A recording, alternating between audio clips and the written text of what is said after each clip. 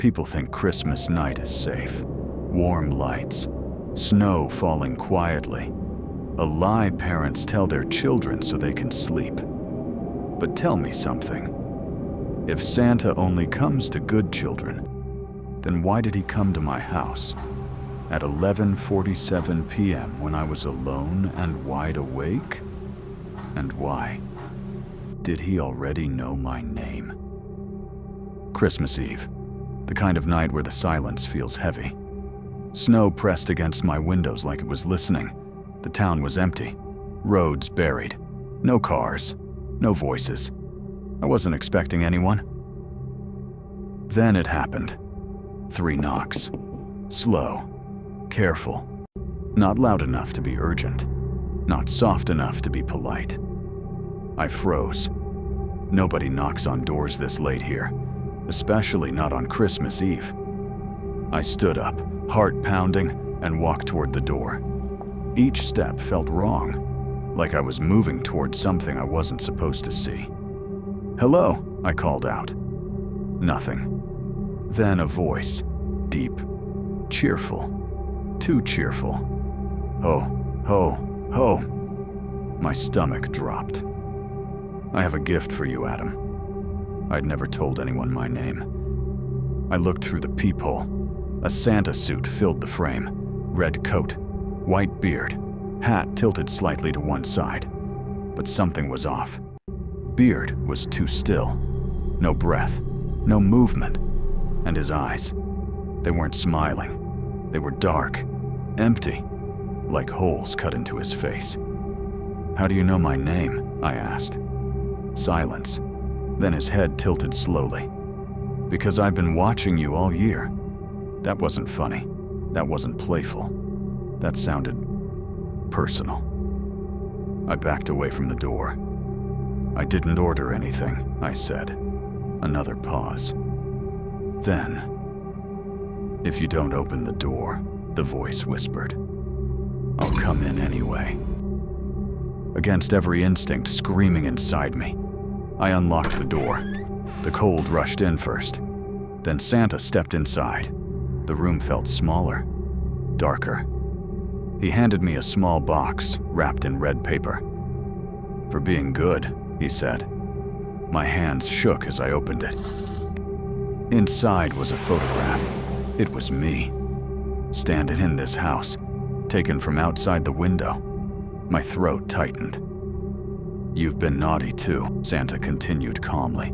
"Haven't you, Adam?" The fireplace went out. The lights flickered. And suddenly, he was standing much closer than before. I backed away until I hit the wall. "What are you?" I whispered. Santa smiled. His mouth opened wider than it should have. The beard slipped, like it wasn't attached. "Santa isn't real," he said, "but belief is." He stepped forward. "Every Christmas, someone invites me in." I realized the mistake. I opened the door. And once I'm invited, he leaned closer. "I choose a gift." His eyes locked onto mine. "You." I ran. The hallway stretched unnaturally long. Footsteps followed behind me. Slow, patient. "Run if you want," Santa laughed. "I always finish my deliveries." I grabbed the front door and threw it open. The snow outside was untouched. No footprints, no road, just white emptiness. I turned back. The house was gone. So was Santa.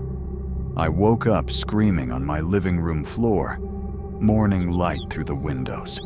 Everything normal. Almost. The photo was still in my hand, and under it, a note. "Next year, don't answer." Every Christmas since then, someone in my town disappears. No bodies, no clues, just one thing left behind. A red box. So if you hear knocking this Christmas night, ask yourself one question. Did you invite him in? People love old Christmas recordings, family memories, happy moments frozen in time. But there's a reason some recordings were never meant to be played again. Last Christmas, I found a VHS tape in my attic with my name written on it. The handwriting looked exactly like mine. The strange part wasn't the tape itself. It was the date written underneath my name. December 25th, next year. I had just moved back into my childhood home after my father passed away. A quiet house, old, always making noise, even when no one was walking. I was in the attic looking for Christmas decorations when I found the box. Inside were old family tapes, birthdays, Christmas mornings, normal memories. Then there was one tape that didn't belong. No label, no brand, just my name. That night, curiosity won.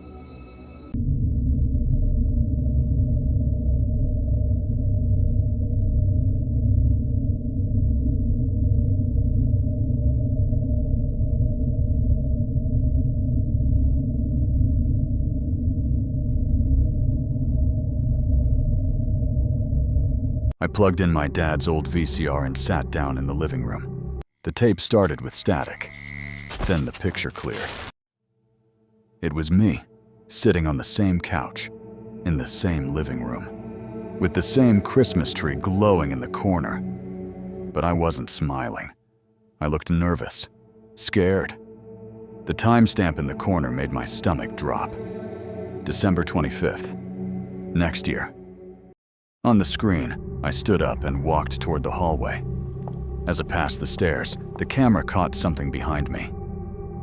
A tall, thin shape, standing completely still, watching. I paused the tape, rewound it, played it again. The shape was still there. When I looked up toward my real hallway, I noticed footprints in the dust, fresh ones.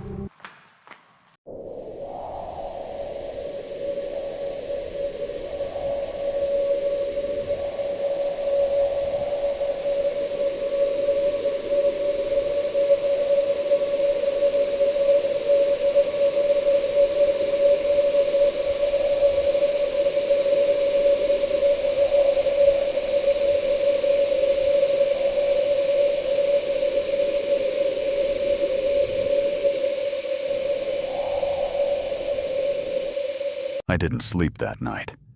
The next evening, I checked the tape again. There was new footage. I knew I hadn't recorded anything. Now the video showed me whispering, begging someone off camera. I did what you asked. Please just leave. I felt sick. Because I don't remember ever saying that. Then the tape rewound itself. On the screen, words appeared. Rule 1. Don't turn off the lights. Rule 2. Don't leave the house after midnight. Rule 3. Don't stop the tape. Behind the text, the shape stood closer, at the bottom of the stairs, and I could feel something behind me, breathing.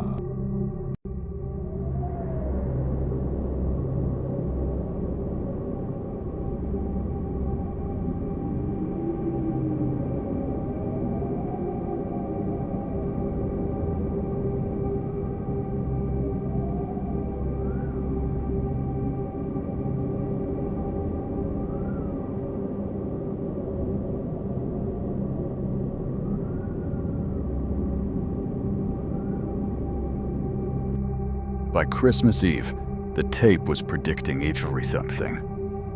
Every movement I made appeared on the screen minutes before I did it. When I stood up in real life, I had already seen myself do it. When I spoke, the words felt familiar, like I'd already heard them. Then the final clip appeared. Me, standing in front of the attic door, holding the tape, smiling. I heard footsteps upstairs, slow, heavy, deliberate. The TV flickered. A voice came from the speakers, calm, distorted. You're almost ready. That's when I understood. The tape wasn't showing the future. It was teaching me, preparing me to replace something. I don't remember falling asleep. I woke up on the couch. The TV was off. The VCR was empty. It was Christmas morning. Everything looked normal. Too normal. Until I checked my phone. There was a video saved in my gallery, time-stamped December 25th, next year.